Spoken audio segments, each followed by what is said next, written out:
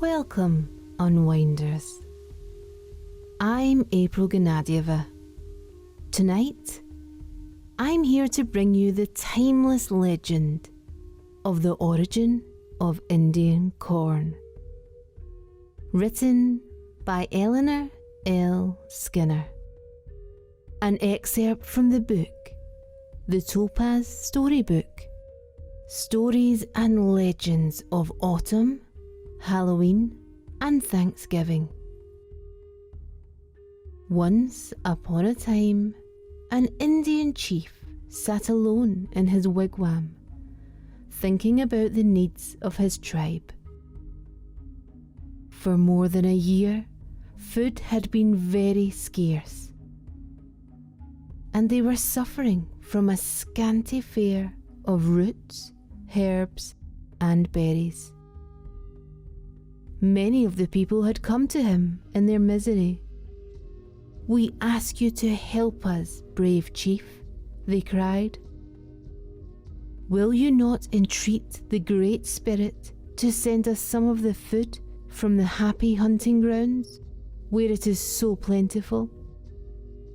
See how weak and thin our young braves are. Help us, or we shall die." "I'll go into the depths of the forest," said the chief. "There I'll live until the Great Spirit tells me how to relieve the misery of my people." He left his wigwam and walked far into the forest, where he waited for several days before the Great Spirit spoke these words to him.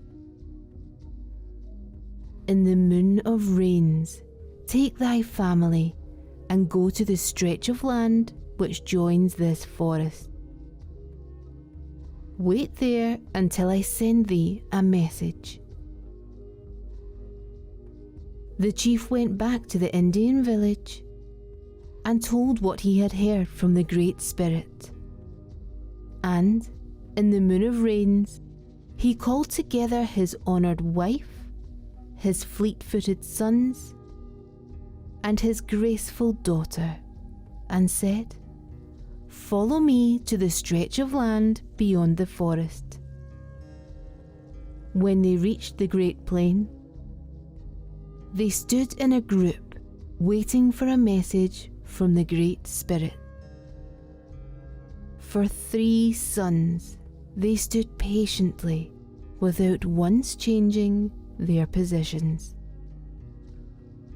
The Indians of the tribe grew anxious to know what had happened to their chief and his family, and some of them slipped through the wood to the plain, where they knew he had been directed to go. There they saw the group of figures standing with their hands uplifted and their eyes closed. The Indians were filled with awe. "The Great Spirit is talking to them," they whispered, as they went back to their wigwams. In a few days, they returned to the plain.